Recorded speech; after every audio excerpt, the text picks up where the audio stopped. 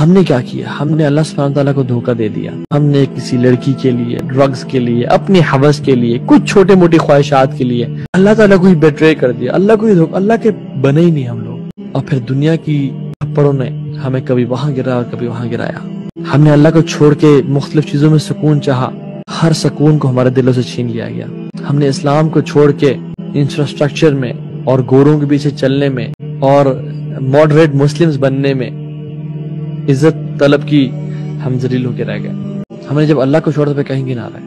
اور بات یاد رکھیں، جس مسلمان کے دل میں when there is no fear of Allah subhanahu wa ta'ala in the heart, Allah fills it with the fear of everything else. Remember this. We didn't fear Allah subhanahu wa ta'ala, so Allah has put the fear of everything in our hearts. اور آپ دیکھیں، health insurance ہم لیتے ہیں، کہیں صحت خراب نہ ہو جائے اور پھر ایسا ٹائم نہ آ جائے کہ بالکل کوئی پوچھنے والا نہ ہو. کار انشورنس لیتے ہیں کہ گاڑی خراب ہو کے ایکسیڈنٹ نہ ہو جائے اور پھر انشورنس ہونی چاہیے. لائف انشورنس لیتے ہیں، ہوم انشورنس لیتے ہیں، ہر طرح کی انشورنس ہم اس کے پیچھے پڑ گئے.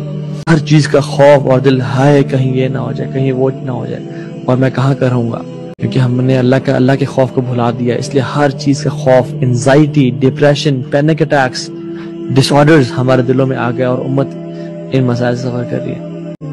جیسے کہ all the success you want is other side of the fear.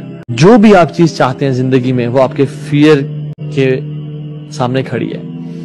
یعنی as soon as you cross your fear, as soon as you overcome your fear, you get the success. اور صحابہ کو دیکھیں آپ، they feared nobody except Allah subhanahu wa ta'ala. And that's why they became superhumans. That's why they became people who never feared anyone except Allah subhanahu wa ta'ala.